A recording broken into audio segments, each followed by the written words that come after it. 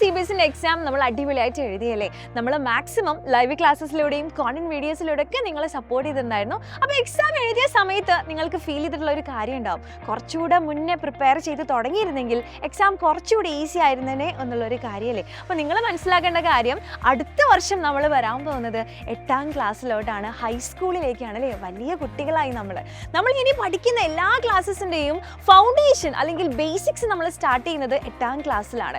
നമ്മൾ ഒരുപാട് സബ്ജക്റ്റുകൾ ഇനി പഠിക്കാൻ പോവാണ്. സയൻസിൽ തന്നെ ഫിസിക്സ്, കെമിസ്ട്രി, ബയോളജി എന്ന് പറഞ്ഞ 3 സബ്ജക്റ്റ് കിടക്കുകയാണ്. പലവിധ ടോപ്പിക്കുകളാണ് ഓരോ സബ്ജക്റ്റിലും നമുക്ക് പഠിക്കാനുള്ളത്. ഇനി മാത്സിന്റെ കേസിലാണെങ്കിൽ ഒരുപാട് വലിയ ചാപ്റ്റേഴ്സ് നമ്മളെ മുന്നിൽ വരാൻ പോവാണ്.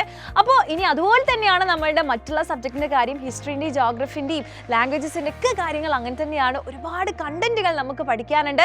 കണ്ടന്റ് പഠിക്കുക എന്നതിലുപരി നമ്മുടെ ബേസിക്സ് സ്ട്രോങ് ആക്കേണ്ടിയിരിക്കുന്നു. കാരണം ഇനി നമ്മൾ വരാൻ പോകുന്ന എല്ലാ ക്ലാസ്സസിൻ്റെയും ബേസിക്സ് അവിടെയാണ് നമ്മൾ ഓൾറെഡി പറഞ്ഞു കഴിഞ്ഞു. അപ്പോൾ നിങ്ങളുടെ പഠനം ഈസിയാക്കാൻ വേണ്ടിയിട്ടാണ് നിങ്ങൾക്ക് വേണ്ടി സൈലം ഓൺലൈൻ ട്യൂഷൻ ബാച്ച് ആയിട്ടുള്ള യോധ ബാച്ച് പ്രസന്റ് ചെയ്തിരിക്കുന്നത്. അവിടെ നിങ്ങൾക്ക് ഡെയിലി ഓരോ സബ്ജക്റ്റിൻ്റെയും ലൈവ് ക്ലാസ്സസ് അവൈലബിൾ ആയിരിക്കും. ഇനി അന്ന് നിങ്ങൾക്ക് ലൈവ് ക്ലാസ്സസ് കാണാൻ പറ്റിയിട്ടില്ലെങ്കിൽ മറ്റൊരു ദിവസം കാണാം. അപ്പോൾ റെക്കോർഡഡ് ക്ലാസ്സസ് എല്ലാം അവിടെ അവൈലബിൾ ആണ്.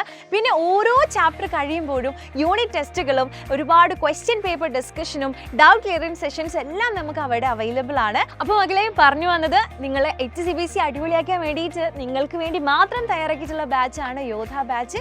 അപ്പോൾ നിങ്ങളുടെ അഡ്മിഷൻ നിങ്ങൾ ഉറപ്പുവരുത്താം. താഴെ കാണുന്ന നമ്പറിൽ നിങ്ങൾ കോൺടാക്ട് ചെയ്യുക കേട്ടോ.